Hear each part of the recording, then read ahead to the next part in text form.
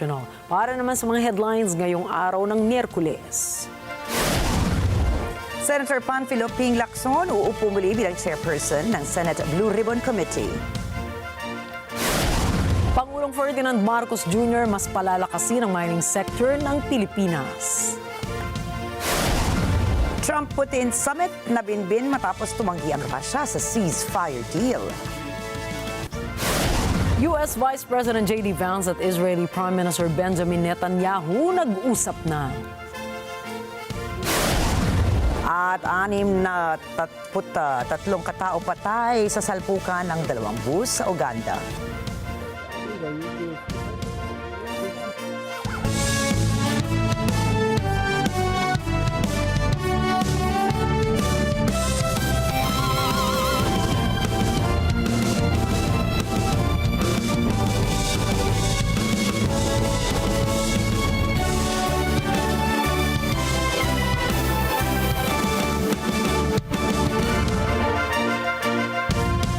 Pong babalik bilang chairperson ng Senate Blue Ribbon Committee si Senator Panfilo Ping LACSON. Ayon po yan kay Senate President Vicente Soto III. Si LACSON ay nagbitiw sa kanyang panunungkulan noong October 6 dahil sa ulat na marami sa mga kapwa-senador ni LACSON ang hindi nasisiyahan sa kanyang paghawak sa investigasyon ng Senado sa maanuwalyang flood control project sa Pilipinas. Ayon kay Soto, karamihan sa mga miyembro ng Senate Majority Bloc na inalok niya ng chair leadership ay busy at ayaw na mapabayaan ang kanilang mga komite. Sa panig ni Acting Blue Ribbon Committee Chairperson Erwin Tulfo, natutuwa siya sa desisyon ni LACSON na muling pangunahan ng panel. Inaasahan na sa muling pagbubukas ng sesyon ng Senado sa November 10 ay uupong muli si LACSON bilang Senate Blue Ribbon Chairperson. Palalakasin ni Pangulong Ferdinand Marcos Jr. ang sektor ng minahan ng Pilipinas. Higit pa po rito, nangako rin ng Pangulong ipatutupad ng kanyang administrasyon ang batas para labanan ang illegal na mining operations sa bansa. Every operation must be consistent with our environmental commitments, including the Paris Agreement, the Philippine Energy Plan. We must power the future without endangering the earth that sustains us. Irresponsible mining has no place in our nation. We will strictly enforce the laws against practices that destroy forests, that poison rivers, that endanger lives. Mining should build communities, not burden them. Hinimok din ni PBBM ang mga mining operators na ihanay ang kanilang social development and management program sa national at global development frameworks para suportahan ang Sustainable Development Goals ng United Nations. Mas pasisimplehin din ni Pangulong Marcos ang proseso ng mining application sa bansa para makaakit pa na maraming mamumuhunan sa Pilipinas. Naniniwala po ang Pangulo na sa pamamagitan ng direktibang ito ay mapalalago pa ng pamahalaan ang ekonomiya ng bansa. Regarding the revenues from mining, we are strengthening transparency and accountability of the sector. Umaasa po si Pangulong Marcos na ang mga mining operations sa bansa ay mananatiling nakaangkla sa agham at magabayan ng sustainable goals. Nakikipagtulungan ang Embahada ng Pilipinas sa Washington sa mga otoridad ng Estados Unidos kaugnay sa denial of entry ng mga Filipino seafarers sa ilang pantalan sa Amerika. Ayon sa Embahada, ang denial of entry sa mga concerned seafarers ay naisagawa alinsunod sa umiiral na batas, regulasyon at polisiya sa Estados Unidos. Nakaantabay naman ang Department of Migrant Workers na tulungan ang mga apektadong seafarers. Nitong Agosto, may ilang mga Filipino seafarers ang nagkwento kung paanong pinasok ng Immigration and Customs Enforcement o ICE agents ang kanilang barko nang dumaong sila sa isang pantalan sa Estados Unidos. Dito ko ininspeksyon ng ICE ang mga mobile phones ng mga seafarers upang alamin kung may dala silang child pornography materials. Sa kabila nito, walang nahanap ang mga ICE agents sa pornographic materials sa kanilang mga cellphones, ngunit hindi pa rin pinapasok sa US ang mga Pinoy seafarers. Sa halip, sila ay dinetine at sa huli ay pinadeport ng mga ICE agents. Sapat ang supply ng asukal hanggang sa susunod na taon. Yan po ang tiniyak ng Sugar Regulatory Administration o SRA kahit na nagpatupad ng import ban ang pamahalaan hanggang sa kalagitnaan ng taong 2026. Ayon kay SRA Administrator Pablo Ascona, kakatapos lamang ng anihan nitong Setyembre kaya hindi magkukulang ang supply ng asukal sa bansa. Kumpleto rin anya ang reserve stocks ng asukal at mayroong kasalukuyang pag-aani ang ilang mga lokal na magsasaka. May hakbang ding nakalaang ang SRA sakaling magkaroon ng kakulangan ng supply ng asukal sa Pilipinas. Matatandaang naglabas ang Department of Agriculture o DA na moratorium sa sugar importation para matugunan ang problema ng mababang presyo ng asukal. 10 katao na ang namatay sa tumamang magnitude 7.4 at 6.8 na lindol sa Manay, Davao Oriental ayon sa National Disaster Risk Reduction and Management Council o NDRRMC. Sa pinakahuling situation report ng ahensya, sugatan ng 176 katao, habang nasa 362,789 families naman o katumbas po yan ng 1,511,854 individuals ang apektado pa rin ng kalamidad. Aabot naman sa 143,403,106 pesos ang tinatayang danyo sa infrastructure na iniwan ng malakas na lindol. Nasa ilalim pa rin ng state of calamity ang Davao Oriental at patuloy ang pag-aabot ng ayuda ng pamahalaan sa mga nasalanta ng kalamidad. Sumiklab naman ang sunog sa opisina ng Department of Public Works and Highways o DPWH sa NIA Road o NIA Road, Barangay Piñahan, Quezon City kaninang tanghali. Ayon sa Bureau of Fire Protection, NCR, natanggap nila ang ulat na may sunog sa DPWH bandang 12:39 p.m. at umakyat ito sa ikatlong alarma pagsapit naman ng 12:56 p.m. Nagpadala kaagad sila ng halos 25 fire trucks sa opisina ng ahensya upang apulahin ang sunog. Idineklarang fire out ang sunog bandang 1:34 ng hapon. Ayon po sa DPWH, nagsimula ang sunog sa sumabog na computer unit ng Materials Testing Division na nasa loob ng Bureau of Research and Standards Building o BRS. Nilinaw rin ng ahensya na walang napahamak sa sunog at hindi napinsala ang mga dokumentong may kinalaman sa investigasyon ng maanumalyang flood control.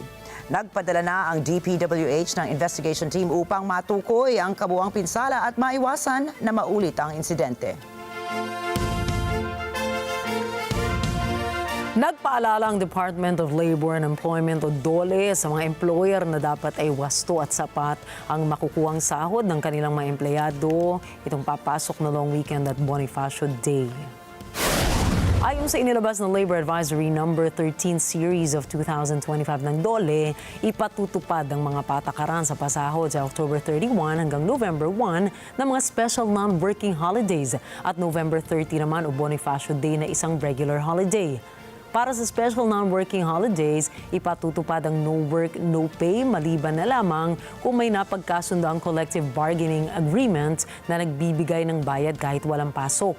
Kung magtatrabaho ang isang empleyado kapag special non-working holiday, 130% ng kanyang basic wage ang matatanggap para sa unang 8 oras at 150% naman kung matatapat sa kanilang rest day.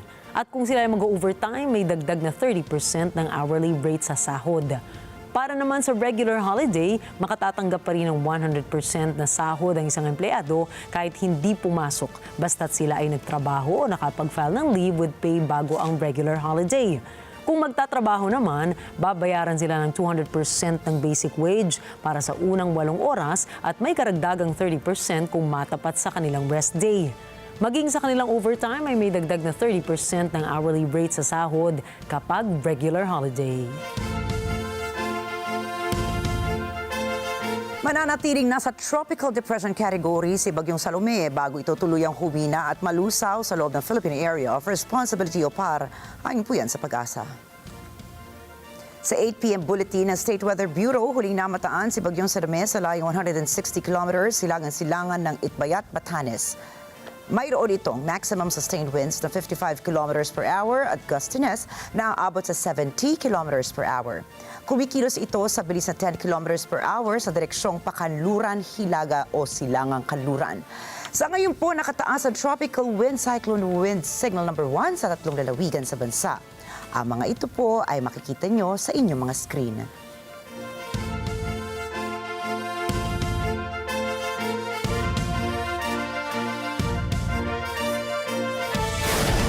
Susunod, China at Australia nagpalitan ng akusasyon ukol sa mapanganib na aerial maneuver. Pangalawang Trump-Putin summit maaaring maudlot dahil sa Russia. At US Vice President J.D. Vance pinuri ang Israel. Magbabalik pa ang mata ng Agila International.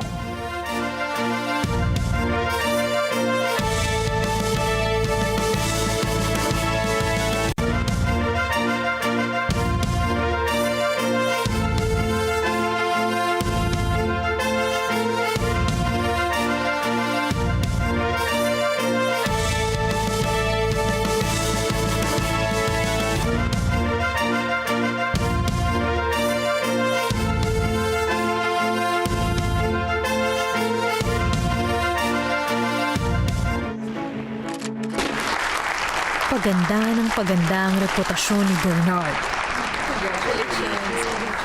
Gusto kong operahan mo ang brain aneurysm ko nang walang kahit anong komplikasyon. Pero sa likod ng lahat ng ito, Lahat ng inoperahan ni Bernard. Nagkaroon sila ng prosopagnosia pagkatapos. Dalawa lang ang ginagawa kong surgeries. Isang sinasadya kong pumalpak at isang sigurado kong magtatagumpay.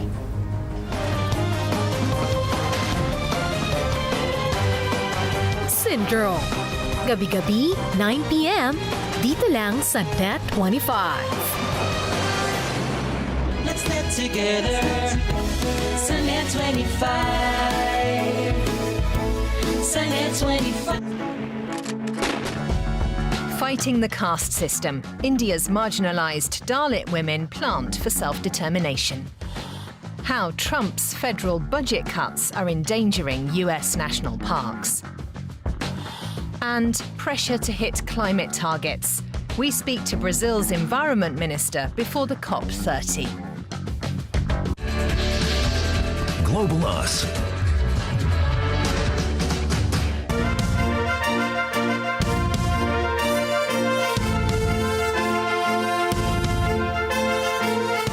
Inakusahan ng People's Republic of China ang Australia na pinagtatakpan umano ang nangyaring paglabag ng nasabing bansa sa kanilang airspace.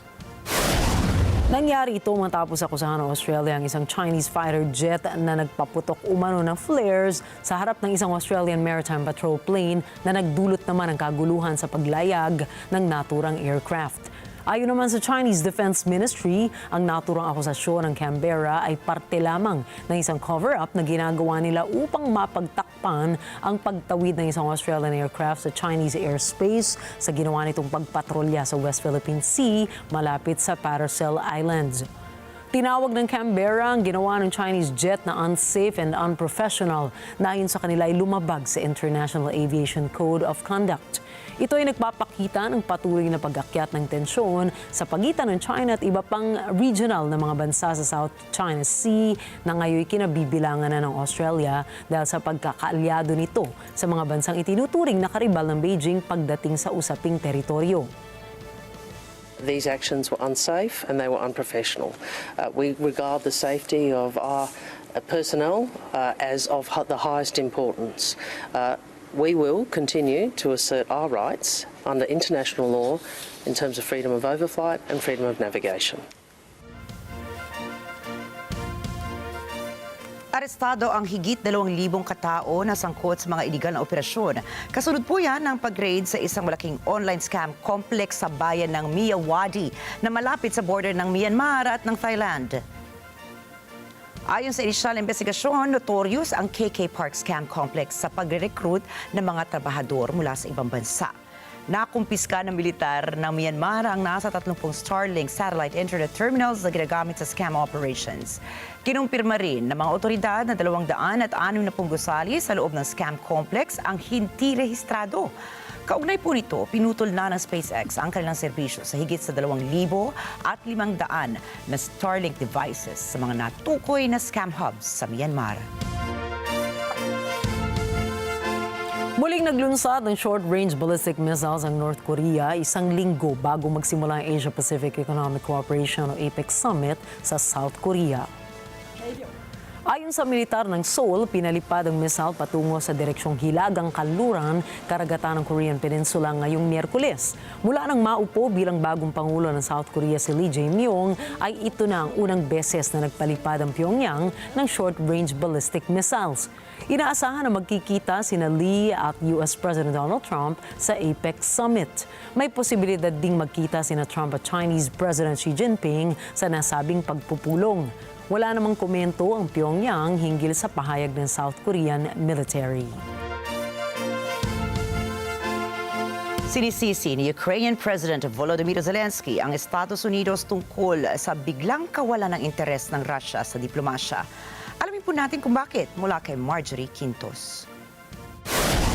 Bigla na namang umiwas ang Russia sa diplomasya matapos tumahimik ang US sa Tomahawk missiles na hinihingi ng Kiev. Ayon kay President Volodymyr Zelensky, tila nawalan ng interes ang Russia dahil hanggang ngayon ay wala pang sagot ang Trump administration sa naturang kahilingan. Натомість Росія знову робить все, щоб зіскочити з дипломатії. І як тільки питання далекобійності для нас, для України стало трохи далі, то майже автоматично Росія стала вже менш зацікавленою у дипломатії. Nanawagan ng European leaders sa Washington na manindigan sa paghingi ng agarang ceasefire sa Ukraine.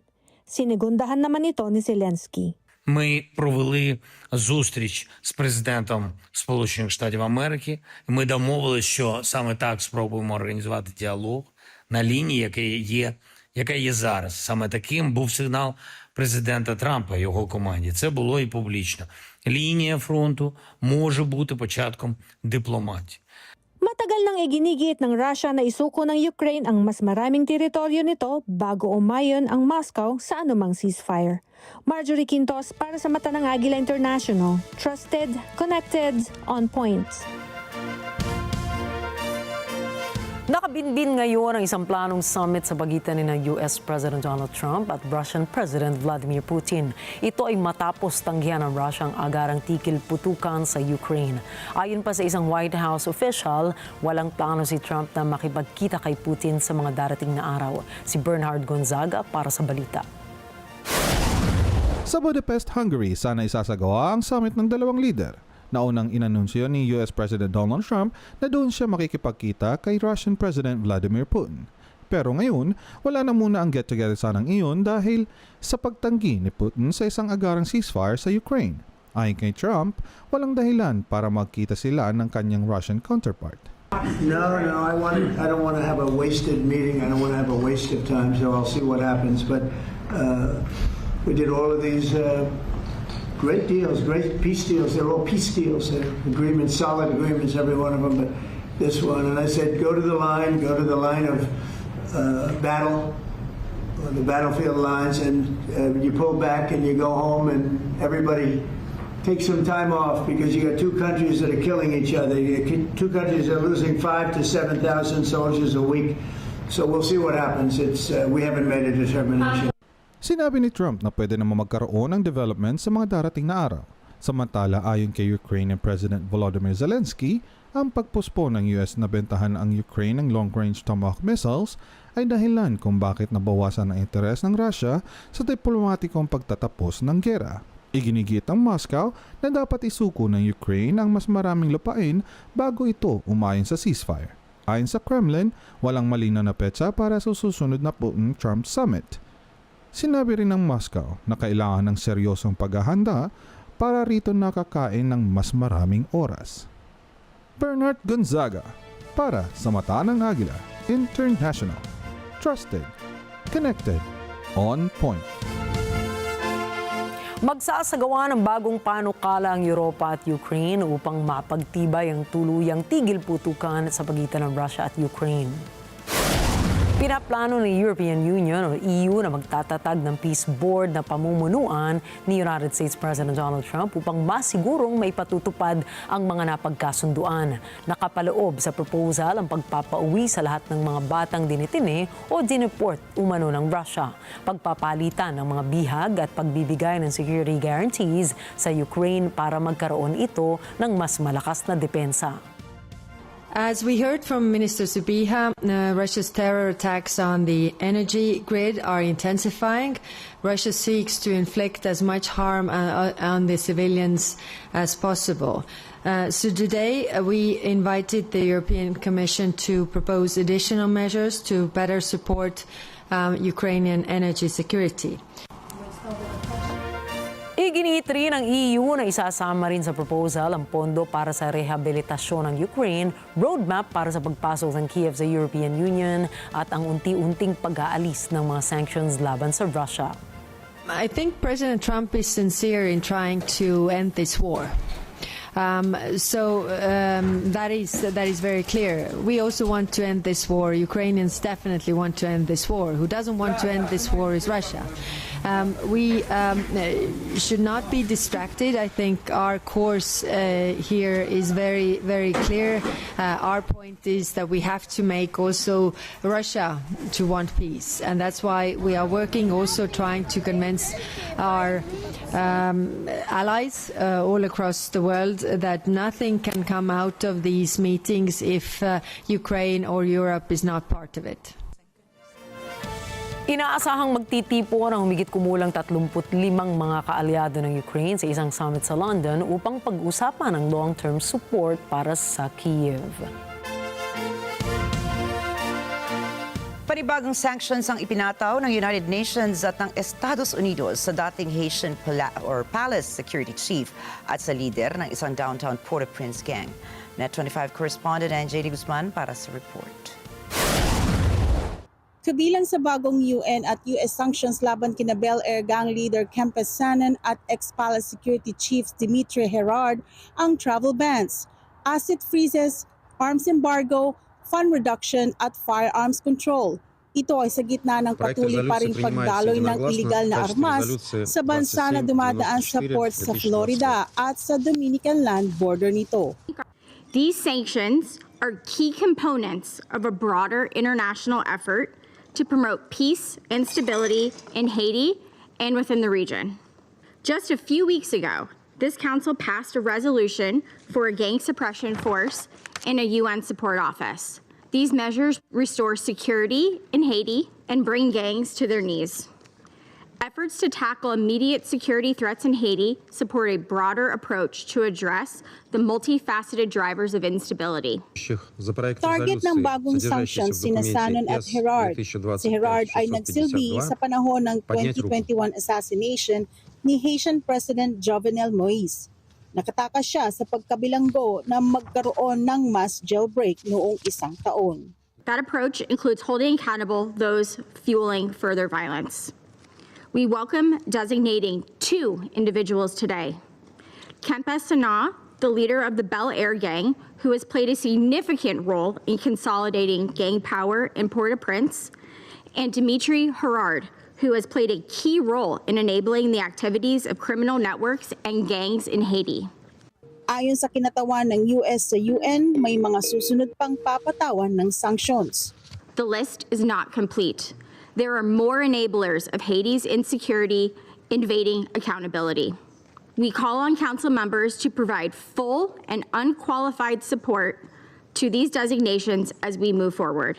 Para sa Haiti, makatarungan ang sanctions na ito para sa bansa. Haïti estime que le régime de sanctions pourrait être un instrument efficace de dissuasion et de justice s'il est bien appliqué et respecté par tous les États membres. Il permet de cibler et de combattre ceux qui alimentent la violence, tout en brisant les réseaux économiques et politiques qui soutiennent les gangs armés. C'est pourquoi le gouvernement haïtien appuie la reconduction pour une période supplémentaire d'1 an des mesures relatives à l'interdiction de voyager, au gel des avoirs et à l'embargo sur les armes, tels qu'énoncés dans les résolutions antérieures. Umapila ang Haiti sa UN member states na makiisa sa Sanctions Committee para maipatupad ang mga paghihigpit. Certes, au regard de la situation actuelle, le bilan demeure mitigé. Les gangs continuent d'être régulièrement approvisionnés en armes lourdes et en munitions provenant de l'extérieur.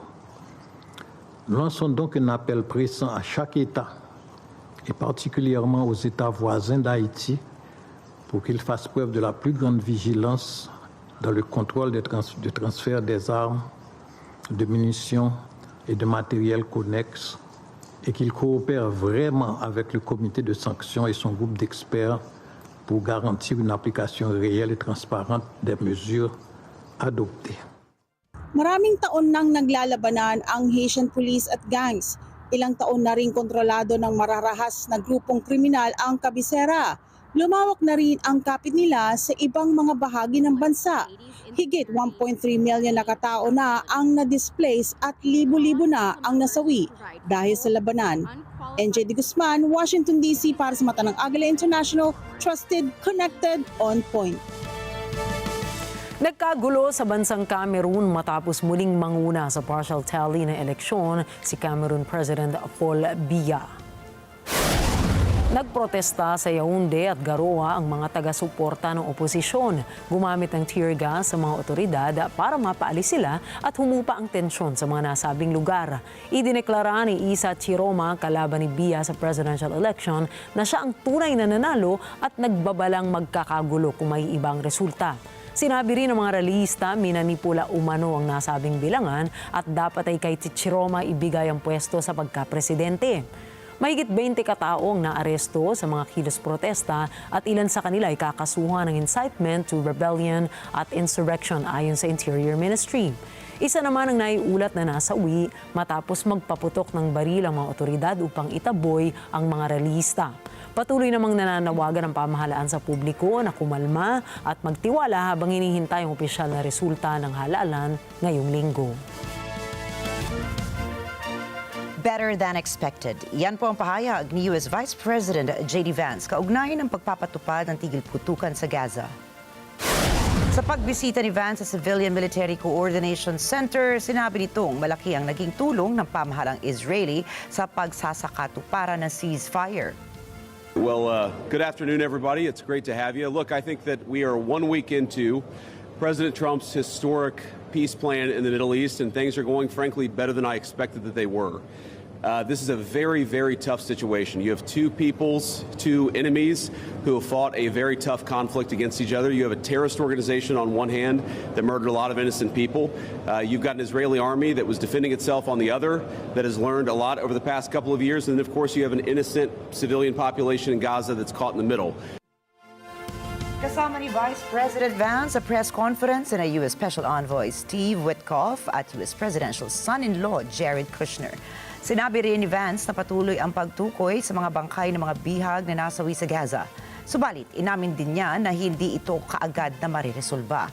Dumating po si Vance sa Israel para sa 2 araw na pagbisita upang personal na bantayan ang pagpapatupad ng US brokered ceasefire at ang pagpapalaya ng mga bihag ng Hamas.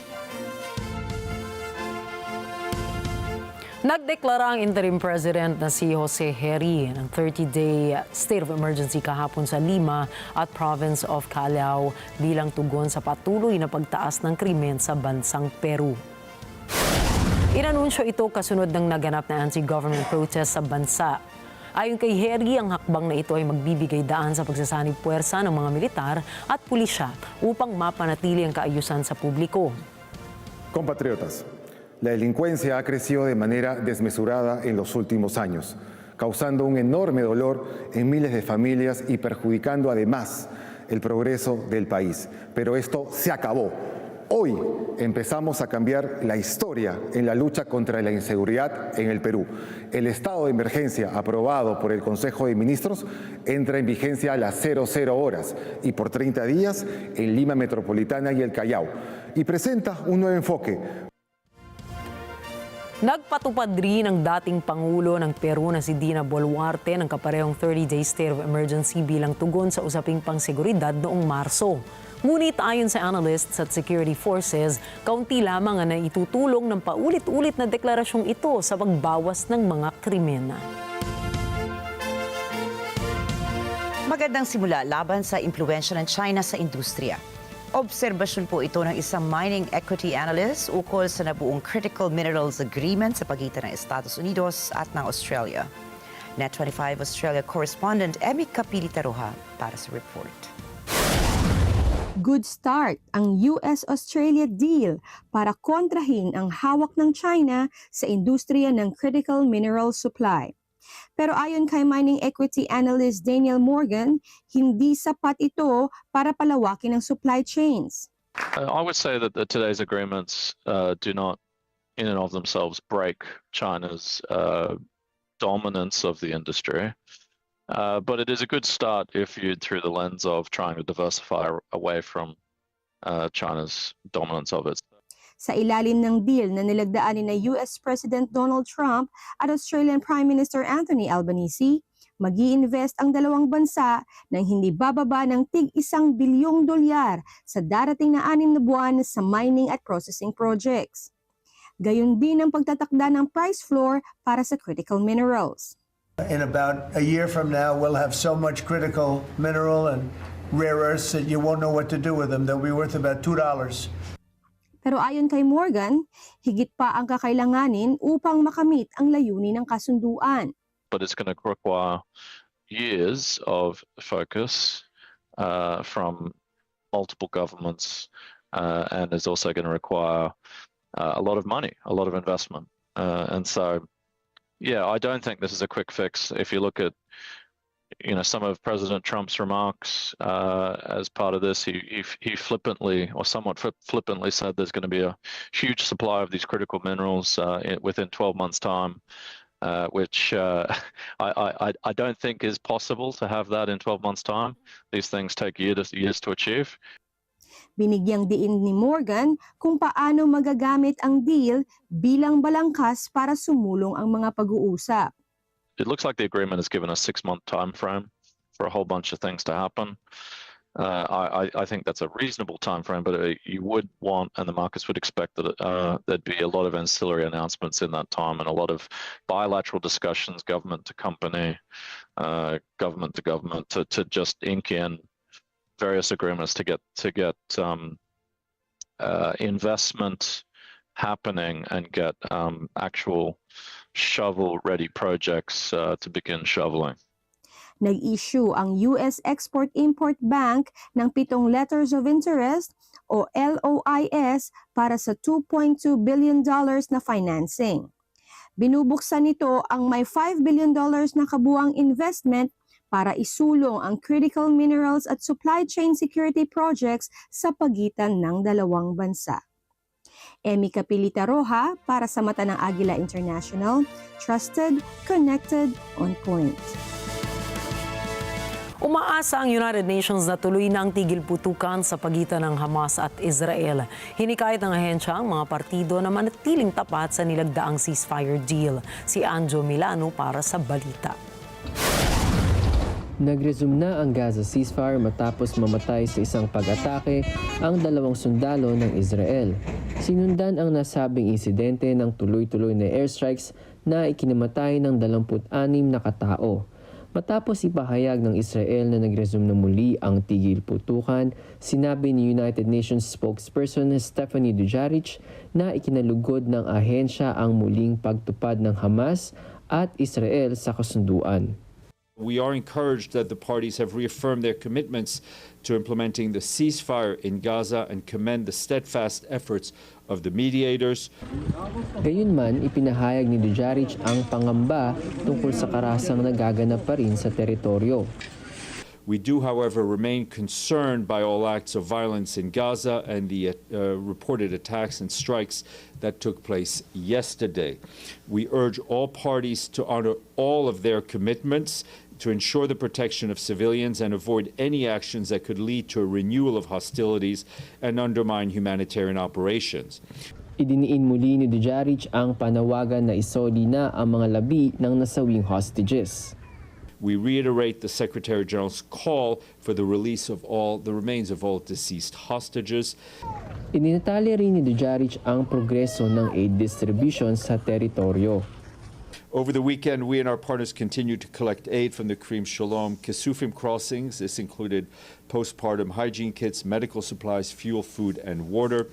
And yesterday, for the first time, Israeli authorities allowed the United Nations to deploy monitors at the Kisufim crossing.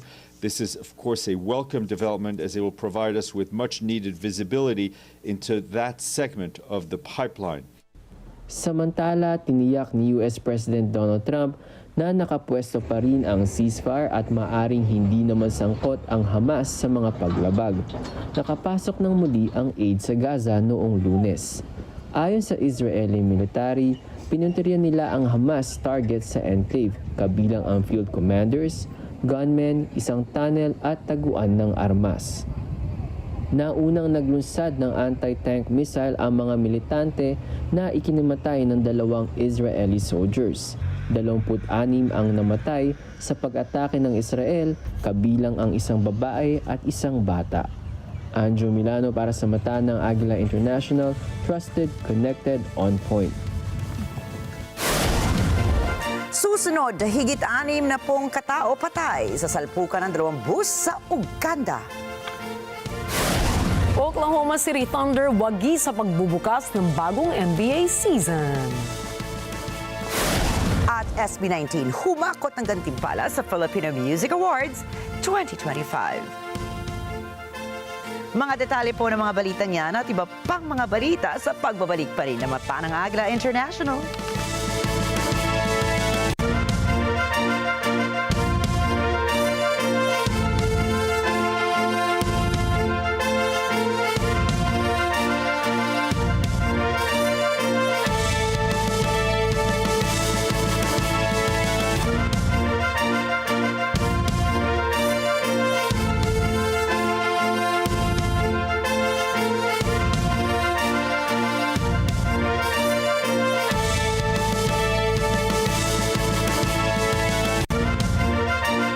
On your way to success?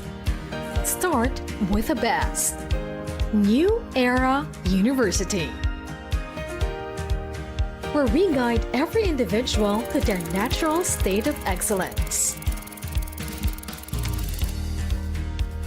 Enroll now, because New Era University awaits the future we can build together.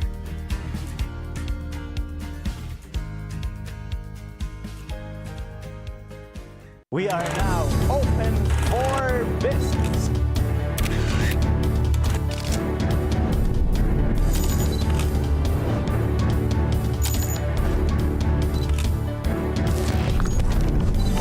It is a signal to the world. We are open for business. Open for Business with Cesar Vallejos, every Sunday, 9 p.m. Sunday 25. They say work is where we spend most of our time, where ideas are built, goals are met, and dreams take shape. But beyond deadlines and job titles, it can be deeper. The people we work with and the bonds we create. What makes a workplace feel like home?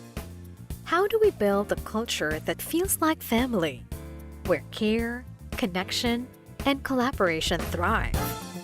Yan ang ating aabangan sa Ito Ang Tahanan ngayong Sabado at Linggo, alas 8 ng umaga sa Net25. Let's get together. Sunday 25. Sunday 25.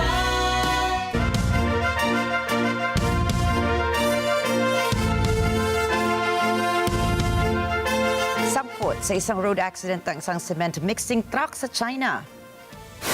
Sa video, makikita po ang dire-diretsong pag-andar ng truck. Subalit, makailang sandali lamang, biglang bumaling ito sa kabilang lane, sumalpok sa itim na kotse at saka tumagilid. Nakaligtas naman ang driver ng truck kasama ang iba pang motoristang nadamay sa trahedya.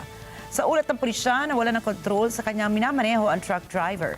Nagdulot naman ng matinding traffic ang road accident. Hawak ngayon ng pulisya ang truck driver para kunin ang kanyang panig hinggil sa insidente. Patay naman ang 63 mga pasahero sa salpukan ng 2 bus sa isang highway sa Uganda.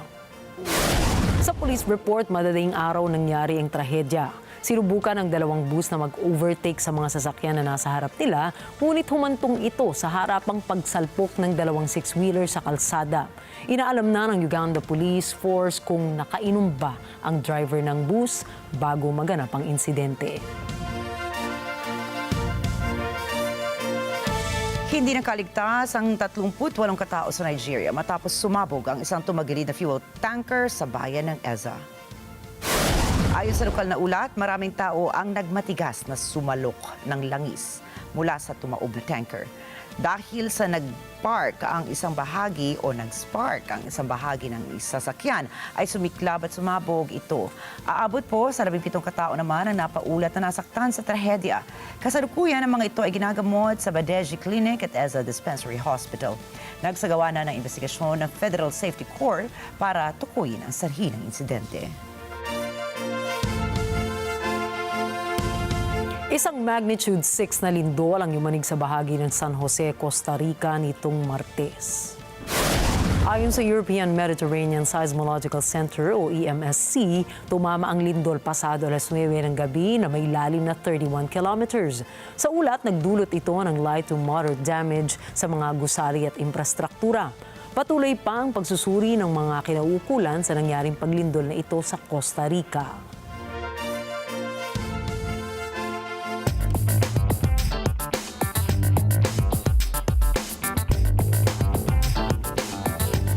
Business as usual pa rin para sa Yosemite Park na isa sa pinaka-binibisita at pinakasinik na national park sa California.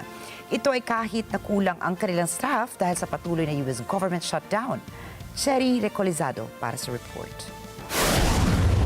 Sumalubong sa Yosemite Park visitors ang berdeng open sign sa isang unstaffed entrance toll booth. Mukhang sinasamantala ng mga bisita ang libreng admittance sa parke dahil hanggang ngayon ay sarado ang gobyerno. Makikitang dikit-dikit ang nakaparadang camper vans malapit sa El Capitan, isa sa pinakatampok na tanawin at rock formations ng Yosemite. Para kay Adam Redfield na mula pa sa Denver para lang akyatin ang El Capitan, wala naman siyang nakikitang malaking pagbabago sa parke. Yeah, it's quite nice, honestly. I just got in last night. I haven't noticed a big difference at all. It feels like business as usual out here. Yeah, honestly, just feels like another day in the valley. Malinis ang paligid ng camp at walang basurang nakakalat. Ayon sa official website ng Yosemite National Park, limitado ang serbisyo sa parke. Pero bukas ang concessionaire at Yosemite Hospitality. Para sa camper na si Jacob Preston, nasa mas maayos na kalagayan ang Yosemite kaysa sa ibang national parks na binisita niya nitong nakaraang 2 linggo. I think Yosemite has definitely done a better job than a lot of the other national parks we've been to because we've been road tripping and they're just, absolutely cut on resources. There's nobody there. Yosemite being one of the biggest and most popular, of course, they have the resources. They're still functioning to a degree, but they definitely seem incapacitated. Cherry Recolizado para sa mata ng Agila International. Trusted, connected, on point.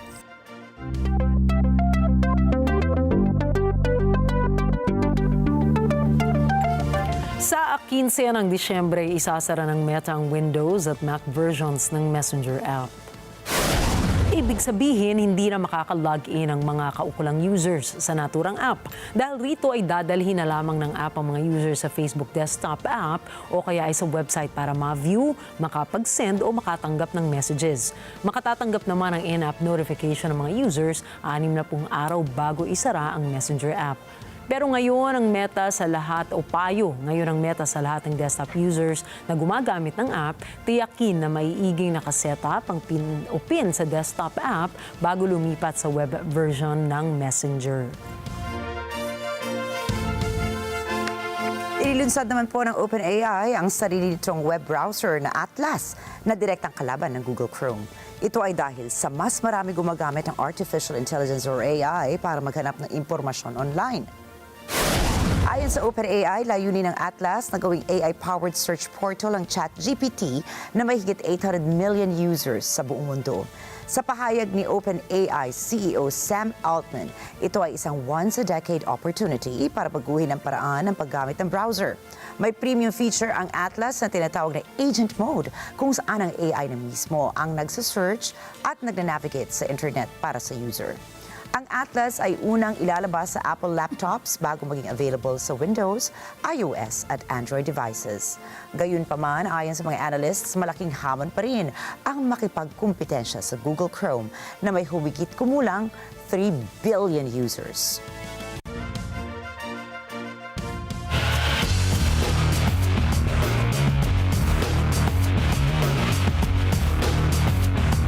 Nanalo ang Oklahoma City Thunder laban sa Houston Rockets matapos ang double overtime. Habang nanguna naman sina Stephen Curry at Jimmy Butler para sa panalo ng Golden State Warriors kontra Los Angeles Lakers para sa opening tip-off ng NBA season. Si Kyle Lara para sa play-by-play.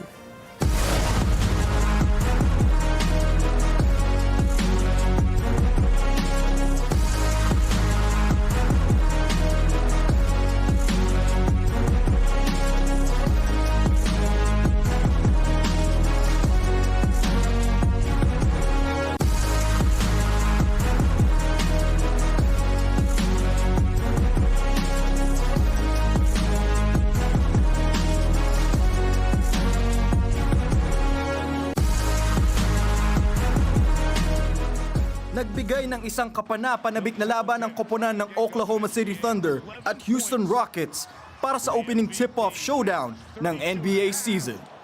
Umabot ang kanilang laban sa double overtime o 6 na quarters, dala ng aggressive defense at electric offense mula sa dalawang koponan. Pinangunahan ni Thunder guard Shai Gilgeous-Alexander ang laban nang magbaba ito ng 35 points, 5 rebounds at 5 assists mula sa kanyang 47-minute spotlight. Sinabayan ito ng hot hands ni Chet Holmgren na nagpakitang gilas sa kabuuan ng laban na mayroong 28 points, 2 assists at 7 rebounds para sa kanyang 38-minute shooting spree. Nangibabaw rin ang effective offense ni AJ Mitchell mula sa kanyang 4-point play at the buzzer hanggang sa binigay nitong 16 points para sa kanyang 15-minute run on the court. Sa kabila ng pagkatalo, hindi nagpatinag ang forward rocket na si Alfred Sengun na umangat sa laban na may 39 points, 7 rebounds at 11 assists. Kasabay ng dominant works ni Steven Adams na may 13 rebounds, Kevin Durant na may 23 points, Jabari Smith Jr. na may 16 from the field at 18 makes mula kay Amen Thompson. Matapos ang dalawang overtime, inuwi ng Thunder ang unang pagkapanalo na may 1-point lead na 125-124. Samantala, nagpaulan ng 3 at nang mamaw naman ang koponan ng Golden State Warriors para sa unang paghaharap nito sa Los Angeles Lakers na nagtapos sa 119-109. Nang ibabaw ang court dominance ng Warriors guard na sina Stephen Curry at Buddy Hield kasama ng smooth transitions ng forwards na sina Jimmy Butler at Jonathan Kuminga. Stephen Curry with 23 points and 4 assists, Jimmy Butler with 31 points and 5 rebounds, Jonathan Kuminga with 17 points and 9 rebounds, at Buddy Hield with 17 from the field. Sa kabila ng pagkatalo, inangat ni Luka Doncic ang Lakers nang makakuha ito ng 43 points, 9 assists at 12 rebounds para sa kanyang 41 minutes on the court. Nagambag para sa Lakers sina Austin Reeves na may 26 points at Rui Hachimura na may 9 from the field. Abangan natin bukas sa mga susunod na laban para sa pinimula ng 2025 NBA season. Kyle Lara para sa sports ng mata ng Agila International. Trusted, connected, on point. Pumanaw na po sa edad na 29 si Chess Grandmaster Daniel Naroditsky, ayon po yan sa pahayag ng Charlotte Chess Center. Idinilinaw ang cause of death dulot ng hinihiling na privacy ng kanyang pamilya. Nakilala si Naroditsky bilang isang hinahangaan at iginagalang na miyembro ng global chess community. Kilala sa online world bilang Danya, nagkaroon siya ng halos 500,000 YouTube subscribers at 340,000 Twitch followers kung saan nagtuturo at naglalaro siya ng chess sa kanyang live streams. Ayon sa kanyang matalik na kaibigan, naging inspirasyon si Naroditsky sa libo-libong mga chess players at binuhos niya ang kanyang passion sa pagmamahal sa chess at hindi sa pera. Si Naroditsky po ay naging grandmaster sa edad na 17 at nagsilbing chess coach sa North Carolina. Tinuturing naman ng International Chess Federation bilang malaking kawalan sa mundo ng chess ang kanyang pagpanaw.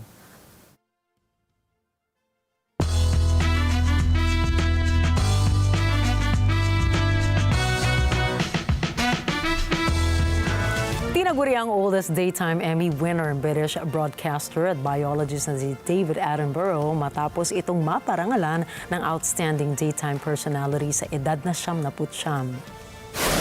Nakamit din ni Attenborough ang Daytime Emmy Award para sa kanyang documentary na pinamagatang Secret Lives of Orangutans. Natalo ni Attenborough ang dating record ng actor na si Dick Van Dyke na nanalo bilang guest performer na daytime series noong 2024 sa edad naman na 78. Naganap ang 52nd Annual Daytime Emmy Awards noong Biyernes sa Pasadena, California. Rumampa ang ating nation's beloved girl group na BINI sa red carpet ng kauna-unahang Filipino Music Awards 2025.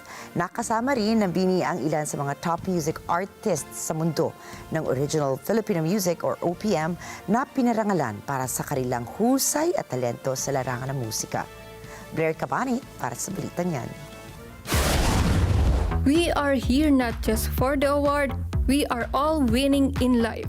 Ayan ang sinabi ni BINI Stacy na nagpapakita ng isang karangalan na mapasama ang BINI sa isang prestihiyosong gabi para sa original Filipino music.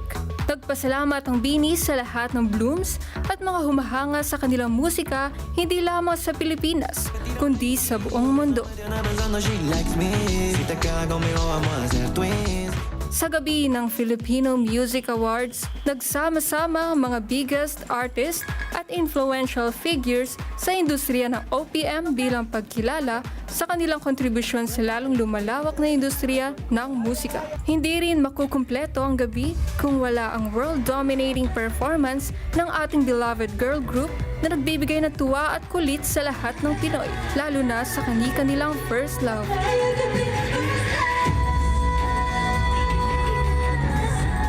Humakot naman ng 6 na awards ang Filipino global sensation na SB19 mula sa kanilang matagumpay na world tours hanggang sa matagumpay na bilang ng global listeners ng kanilang musika. Inuwi rin ng grupo ang mga parangal na Pop Song of the Year at People's Choice in Artist at Artist of the Year, kasama ang Tour of the Year at Concert of the Year para sa kanilang simula at wakas world tour. Pinarangalan din ang punk rock band na Four of Spades ng Rock Song of the Year para sa kanilang bagong comeback single na Aura.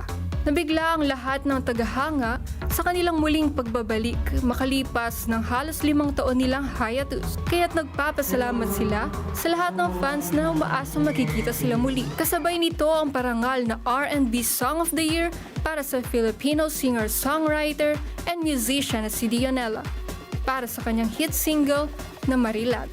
Huwag rin natin kakalimutan ang gaganapin na Binified Year-End Concert para sa November 29, 2025 sa Philippine Arena.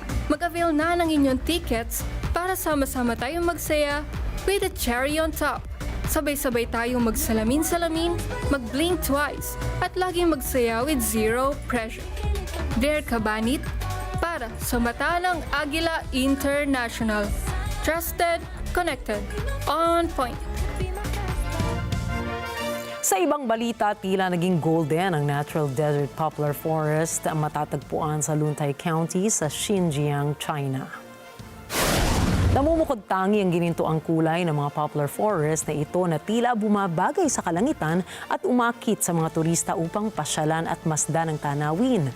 Kilala ang poplar forest na tinaguri ang largest natural desert sa buong mundo na matatagpuan sa magkabilang pampang ng Tarim River Basin sa Uyghur Autonomous Region sa Xinjiang, Northwest China. Ito rin ang kaisa-isang desert poplar forest sa mahigit 1,200 forest parks sa daigdig.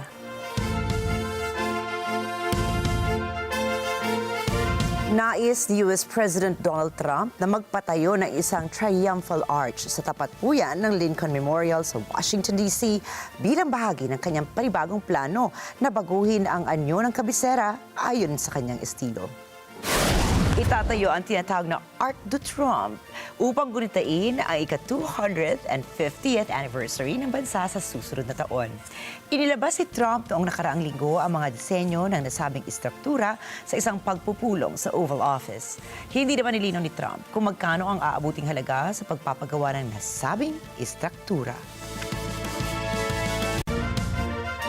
Proud na ibinahagi ng Department of Foreign Affairs o DFA na sa 3 magkakasunod na taon ay hawak pa rin ang Pilipinas ang parangal bilang Best Dive Destination in Asia sa Travel Weekly Asia Reader's Choice Awards 2025. Ginanap ang naturang event sa Paradox Singapore Merchant. Layunin ng event na ito na kilalanin ang mga organisasyon nagpapakita ng kahusayan at innovation sa travel at hospitality industry sa Asia-Pacific region. Hinatawan sa pagtanggap ng award si Philippine Ambassador to Singapore, Medardo G. Macaraig, sa ngalan ng Philippine Tourism Promotion Board o TPB. Ang mga nanalo rito ay batay sa boto ng mga mambabasa at travel professionals. Ayon sa DFA, patunay lamang ito na nangunguna ang bansa sa larangan ng dive tourism sa rehiyon.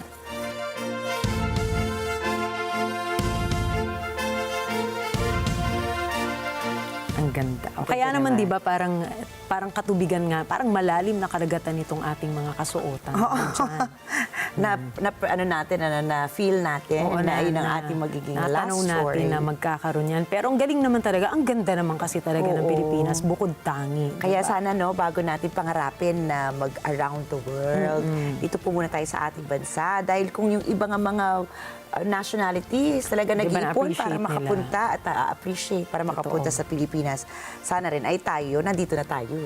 Oo, totoo naman, 'di ba? Pero kulang pa. Kailangan libutin natin ang buong bansa para talagang ma-appreciate. Tsaka yung ilalim ng dagat, 'di ba, sinasabi nila, it's a whole different kind of beauty. Kumbaga maganda tong nasa ibabaw, pero dun sa ilalim ang ganda rin daw talaga. Hindi ko pa na-experience mag-dive, Ricky. Pero gusto mo matuto? Hindi ako sure. Parang nakakatakot, pero I'm sure it's amazing down there. Yeah. Once daw you go diving na, talagang there's no turning back. Oo, ang ganda. Pero siguro sa susunod. Okay na yung kulay dagat tayo. Diba? Yun na muna for now. Pero you'll never know. You'll never know. Ayan po, magandang gabi po sa inyo at tandaan na narito po kami ni Nina para maghatid ng balita sa Magtako ng Mundo. Magandang gabi. Ako po muli si Ricky Matay. Ako si Nina Richie Alago Flores. Ito po ang Mata ng Agila International Trusted Connected on Point.